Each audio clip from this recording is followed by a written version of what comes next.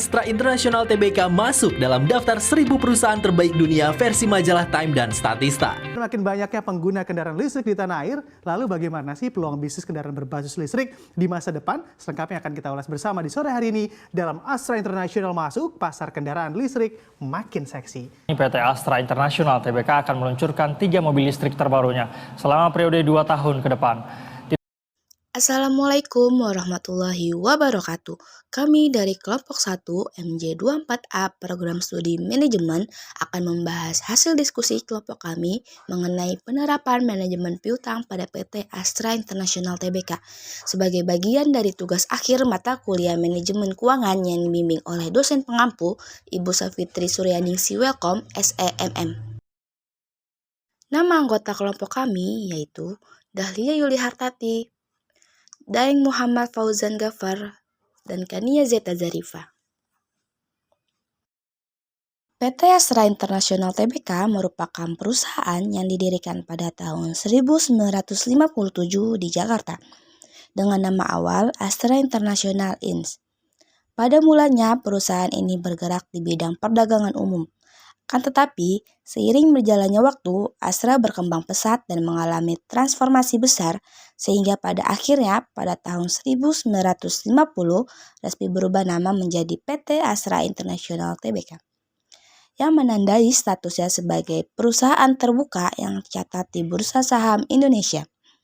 Astra telah melebarkan sayapnya ke berbagai sektor industri utama di Indonesia, yaitu di sektor otomotif, layanan keuangan, peralatan berat, agribisnis, teknologi informasi, dan properti.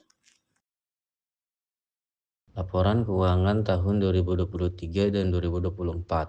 Tabel ini dalam satuan miliar.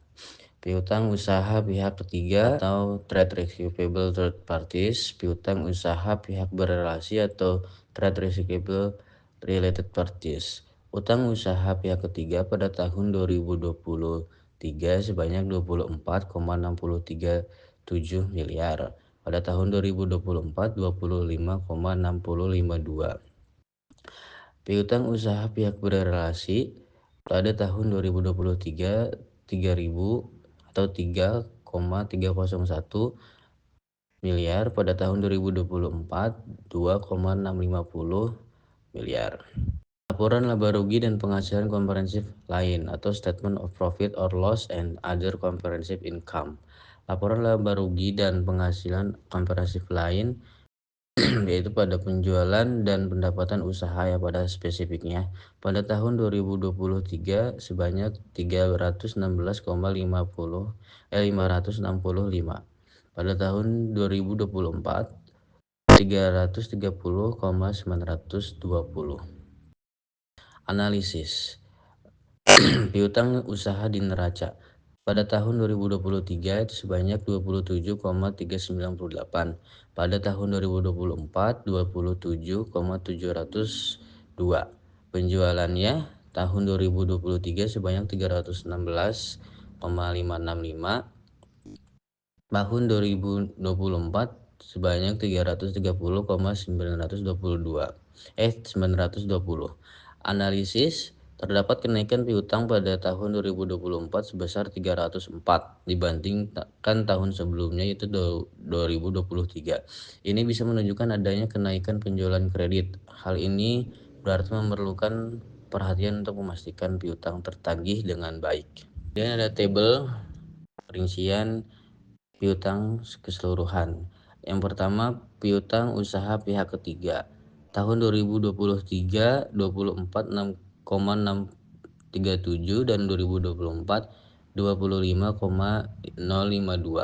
Analisanya ini memiliki perkembangan dalam piutang yang menunjukkan hal positif pada perusahaan. Piutang usaha pihak berrelasi pada tahun 2023 301 dan pada tahun 2024 2,651. Nilai piutang tersebut menurun namun tidak signifikan. Piutang sewa pembiayaan lancar pada tahun 2023 sebanyak 38,568, pada tahun 2024 sebanyak 43,693. Ini merupakan bisa dibilang berkembang cukup cepat dan sangat mencerminkan perusahaan itu berkembang. Piutang lainnya pada pihak ketiga pada tahun 2023 sebanyak 4,641, pada tahun 2024 4,472. Hal ini cukup seimbang antara dua tahun tersebut. Dapat dikatakan perusahaan pada posisi yang stabil. Piutang lainnya pihak berelasi pada tahun 2023 sebanyak 733, pada tahun 2024 sebanyak 856. Hal ini bisa dikatakan mengalami peningkatan namun tidak begitu berdampak, juga dapat dikatakan masih stabil ya. Total secara keseluruhan pada tahun 2023 sebanyak 71,880, pada tahun 2024 sebanyak 76,723. Secara umum perusahaan ini memiliki kinerja keefektifan serta keefisienan yang lumayan tinggi. Selanjutnya, saya akan menjelaskan mengenai rata-rata periode pengumpulan piutang PT Astra International Tbk untuk periode terbaru atau tahun 2024. Dapat dilihat rumus dari rata-rata periode pengumpulan piutang, yaitu total piutang dibagi dengan total penjualan dan dibagi 365. 365 adalah total hari dalam satu tahun.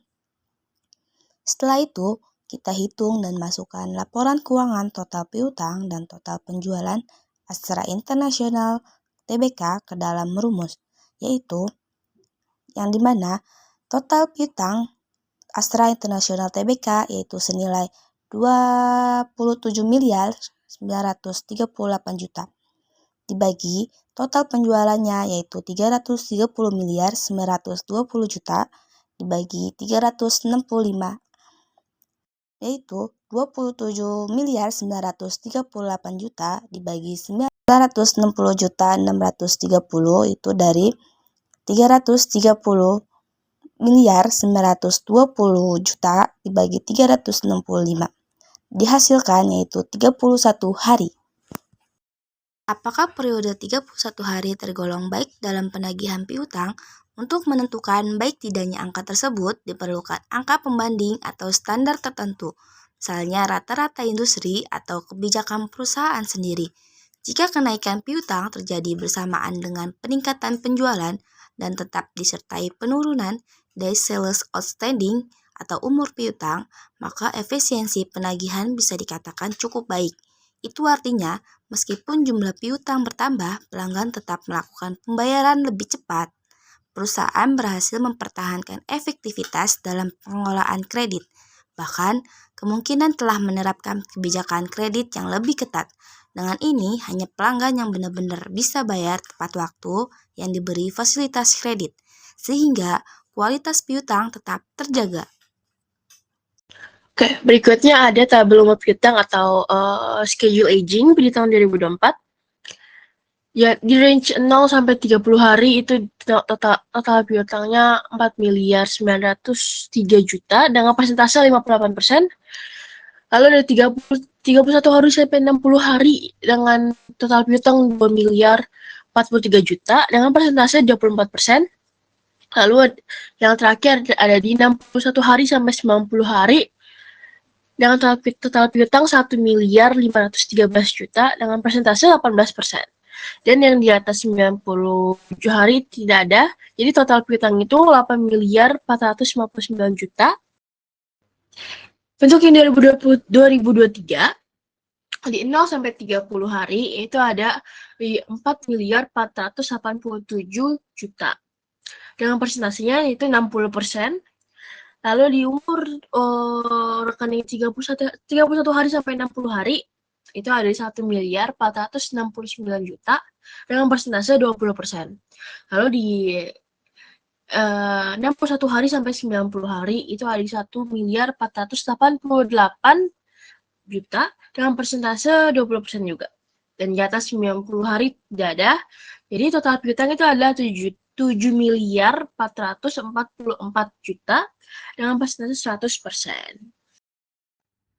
Berikutnya ada rata-rata periode. Pada tahun 2024, 58% dikali 30, ditambah 24% dikali dengan 60, ditambah 18% dikali dengan 90. Yaitu hasilnya 17 ditambah 14 ditambah 16, yang ditotalkan jadi 47. Dan pada 2023 yaitu 60% dikali dengan 30 ditambah 20% dikali dengan 60 ditambah 20% dikali dengan 90 yang menghasilkan 18 tambah 12 tambah 18 yang hasilnya adalah 48. Berikut adalah sumber referensi yang kami gunakan, yaitu ada website Astra itu sendiri dan juga ada IDX sebagai laporan keuangannya. Sekian dari kelompok kami, kurang lebihnya mohon maaf. Wassalamualaikum warahmatullahi wabarakatuh.